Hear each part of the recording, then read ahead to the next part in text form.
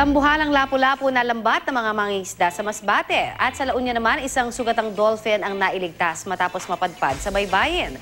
Balitang hatid ni Haji Rieta. Isang sugatang dolphin ang napadpad sa baybayin ng Barangay Payokpok Norte sa Bawang, La Union sa kasagsagan ng habagat.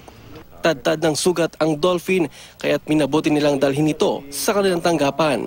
Posible raw nakuha ng dolphin ang mga sugat sa katawan sa Bakawan.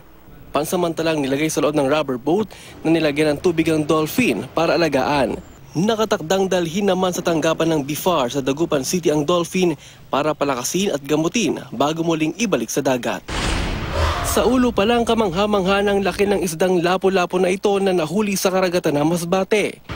Sa kuwang ito makikita ang kabuang laki ng nahuling lapu-lapu. Ang ulo ng lalaking ito halos kasya na sa bibig ng isda. Kulang pa ang 3 lalaki para buhatin ang lapu-lapu na tinatayang aabot sa 100 kilo ang bigat. Ayon sa mga mangingisdang nakahuli rito, Biyernes nang mahuli nilang lapu-lapu. Tila nanghihina raw ito dahil sa kinaing buntot ng pagi kaya't madali nilang nahuli. Dinala nila ito sa Mandaue City kung saan kinatay at ipinamigay sa mga kapitbahay nila ang karne na isda. Haji Rieta, GMA News.